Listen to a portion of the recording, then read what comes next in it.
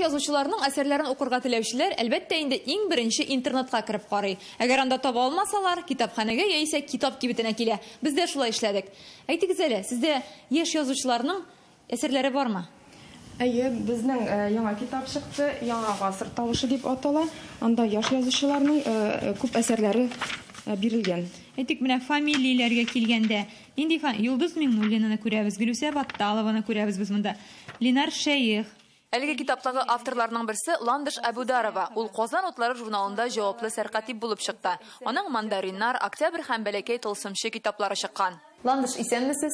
Сезне танысыннар, укысыннар өчен ничек итеп язырга кирәк? Үземне кызыксындырган сорауларга җавап таба алмаган шушындайрак әсәрләр иҗат итәргә тырышам. Уйлармы синеңчә ничек?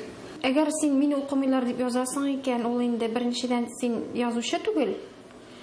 Ниндидер әзер укучы өчен генә язасың икән, ул һәр укучыны яулап алырга кирәк бит. Минем максатым популяр булу түгел.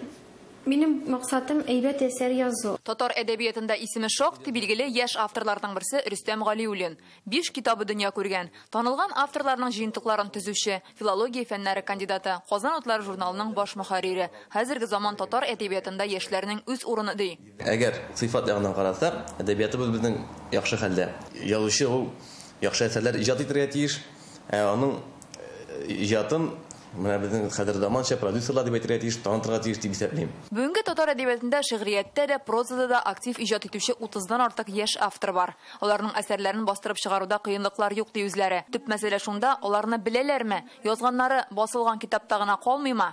Яшьләрдә бит максимализм бик кичә. Алар әле менә ниндидер бер тирән, ниндидер фәлсәфи, ниндидер бер постмодернистик дип әйтик, ниндидер авангардистик әсәрләр язып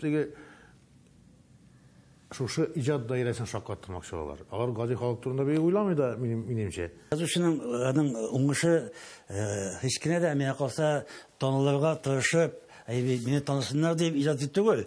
Син теге сүмкәләшә үзеңнең язганнарыңны кемәтмешли кан белән язасың икән, әсәрләреңне ул итәмесеңме Варда танылыла. Фәннәр академиясе галиме профессор Дания Заһидуллина яшь язучыларның беренче басылып чыккан әсәрләренә тәнкыйть мәкаләләр язучы. 3 елдан артык җәһәт тәнкыйть сәхифәсе алып бара. Кызганычка каршы бүген теге яки бу әсәр турында мәгълүмат бирә торган мондый тәнкыйть мәкаләләренә газета, журналлар алынмыйлар, аларга урын бирмиләр. Менә мин уйлыйм, балалар әдәбият икән балалар журналларында, төбәк әдәбият икән төбәк журналларында.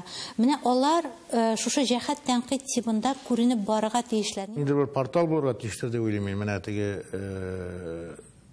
хәтта әле матбугатта чыгарырга менә редакция таләпләренә җавап бирмәсә дә, ниндидер менә яшьләрнең, башлап язучыларның әсәрләре редакцияләнмәгән килеш тә ул порталда чыгарга тиеш. Халыкка җиткерергә кирәк. Ул дәүләтнең дә эше, ул журналистларның да эшедер. Әйе, билгеле җиткерергә кирәк. Әмма менә минем үземнең шундый бер теориям бар, мин аны атом бомбасы теориясе дип атыйм. Әгәр дә Казан кырыенда атом бомбасы шартлы икән, һәр кешенең ишеген шакып, карагыз әле бүген иртә белән атом бомбасы шартлады дип әйтергә кирәкми. Кеше аны үзе сизәчәк, тоячак, ул аңа һавадан киләчәк, кеше аны күрәчәк, нишләсәң дә.